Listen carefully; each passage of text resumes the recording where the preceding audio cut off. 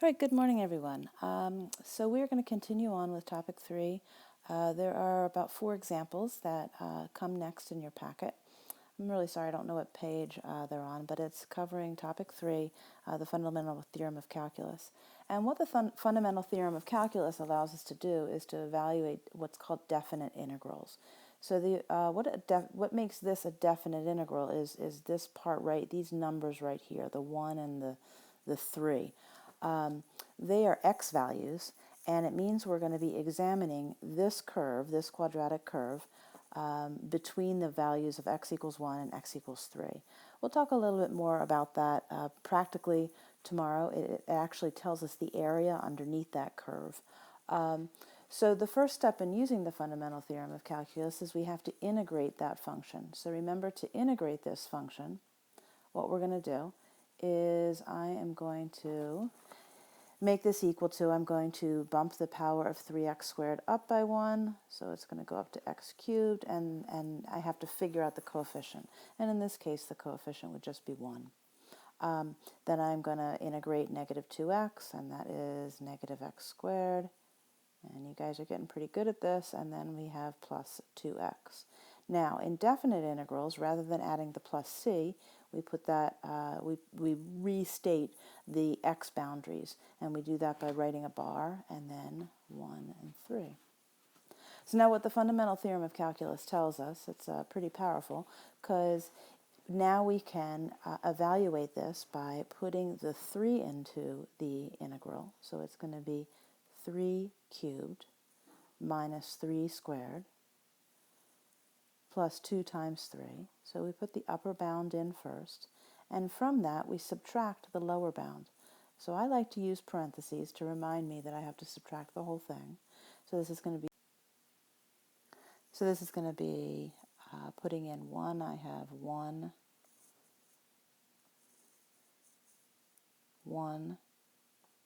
cubed minus 1 squared plus 2 times 1. So the total evaluation of this is 27 minus 9 plus 6 minus 1 plus 1 minus 2. And that works out to be, 18, 24, 22. Okay, so that's actually going to be the area underneath that curve between x equals 1 and x equals 3. Okay, so on to the next one. So example 3. This is the definite integral from x equals negative 1 to 4. So the first step is we're going to integrate this function right here. So we have 6x minus x to the 4th. And again, the notation is we put that bar, and then we put our x boundaries on that bar. So now I have to substitute in the upper bound, which is 4. And then I subtract from that, substituting in the lower bound.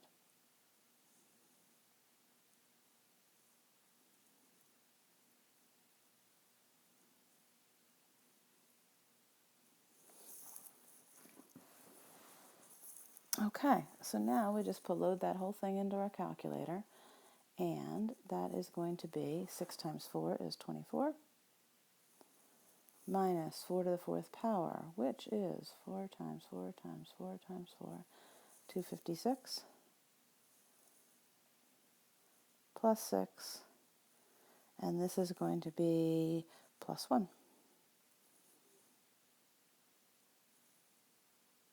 256. So 24 minus 256 plus 6 plus 1 is going to be negative 225. So it's a negative area. That's kind of weird, but we will talk about why that happens in a later lesson. Let's look at example number 4. So the first thing I'm going to do with example number 4 is I'm going to do a rewrite of this. So notice I'm rewriting the integral. So I'm going to keep that integral symbol.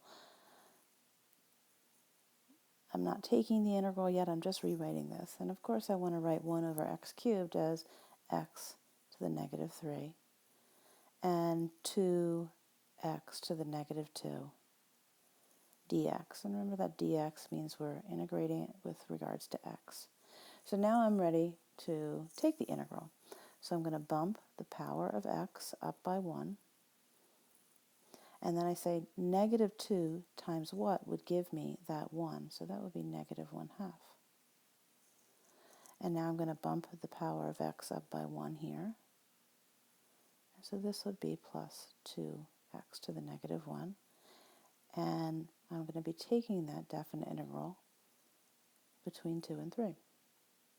So I'm going to actually rewrite this again using positive exponents, because I just think it's a little easier to substitute in with positive exponents.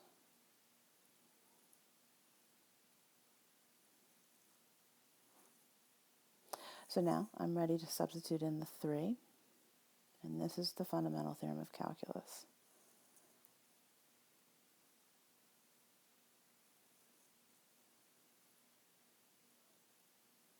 So I substitute in the 3, and from that I'm going to subtract out substituting in the 2.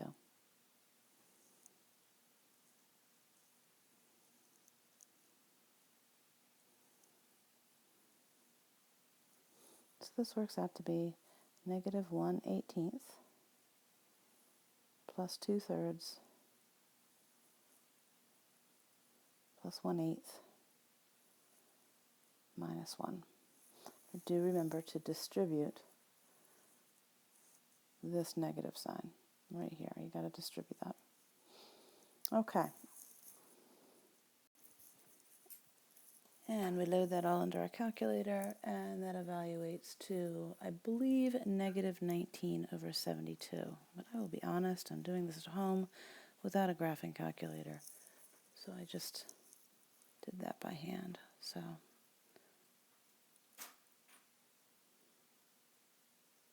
okay, on to the last one. Example 5. Okay, so this one's a little bit more complicated.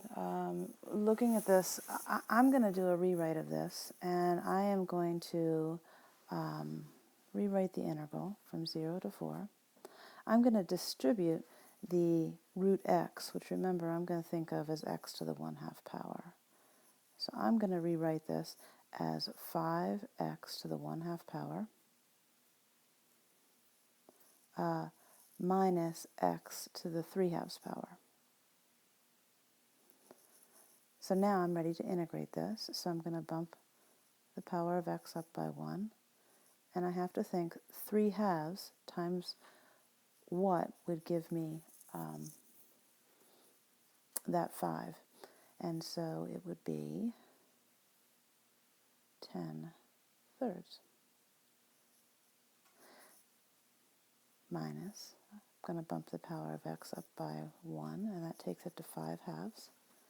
And my coefficient there is 2/5. And we're taking that definite integral from 0 to 4.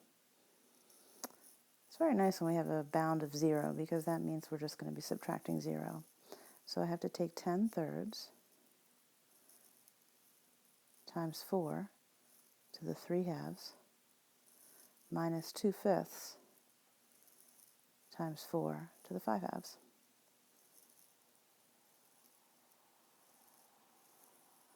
And then we're going to be subtracting out, substituting 0 in there. So it's just going to be 0, which is nice. So I'll challenge you to do a little bit of mental math. What is 4 to the 3/2?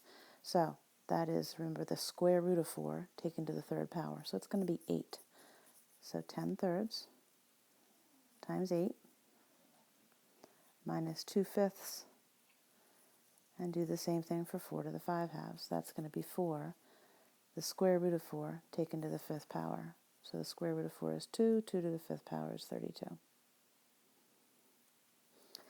So 80/3 minus 64/5.